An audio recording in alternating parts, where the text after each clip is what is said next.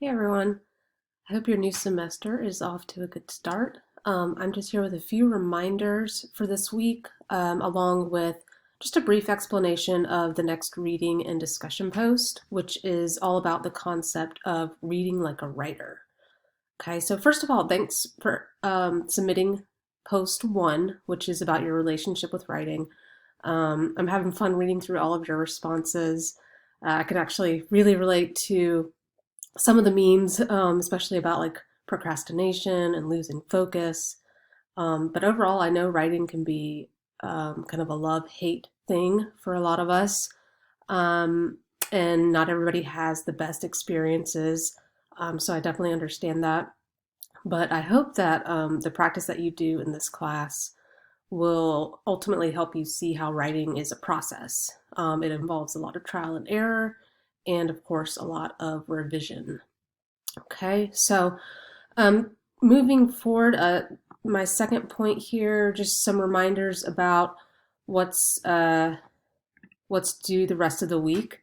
Um, First of all, make sure you watch Jacqueline Woodson's video on slow reading, um, and then read Mike Bunn's article, How to Read Like a Writer, which is what post two will be based on.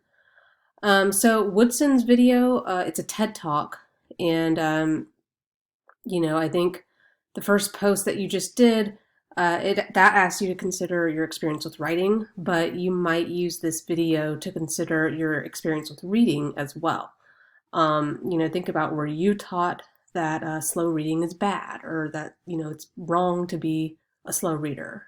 Did you ever participate in a program like Accelerated Reader? Personally, I consider myself to actually be a pretty slow reader. It just takes my brain time to process what's on the page.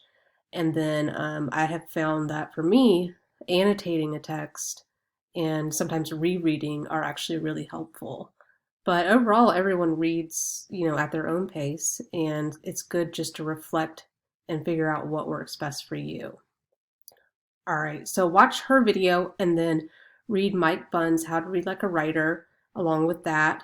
And your next discussion post is due this Friday. And you have until the end of the day. Typically, posts are due Mondays, Wednesdays, and Fridays, just depending on what's going on with the week. But yeah, you usually have until the end of those days to post. Okay, next week is a little different.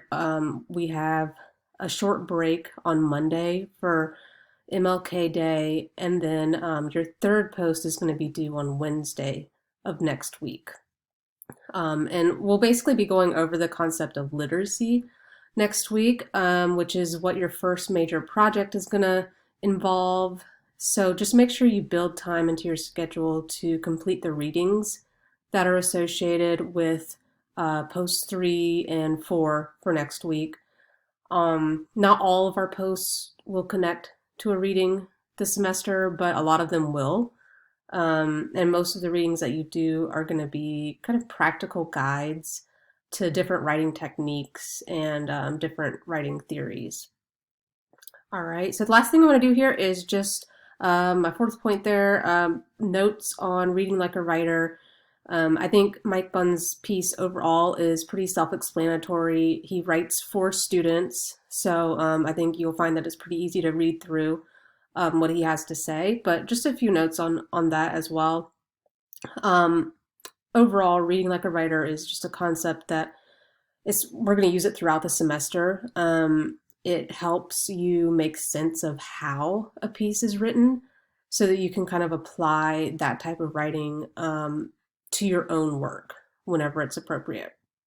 Reading like a writer is not about judging whether you like or don't like a piece of writing, but it's more about analyzing how something is written. So I'm not asking you to see like what's right or wrong about a piece, but to instead decide if the writer is appropriately responding to the context, if they're building the text in an effective way. So, for example, you might ask yourself, what about this word that the writer is using, or what about this piece of evidence or this tone works well within this context? And then if it doesn't work well, you can think, okay, well, what might I do differently if I were writing this? And that's why it's really important to look at context um, as the first thing you do whenever you go to read something. Figure out what the context is, and then from there, you can look at the writer's work and decide, well, what moves are they making to fit that context, and do they do that in a way that's effective? All right, I think that's it for now. Feel free to email if you have any questions, or you can post in our general course questions discussion board. Either way is fine. But thanks, and have a good rest of your day.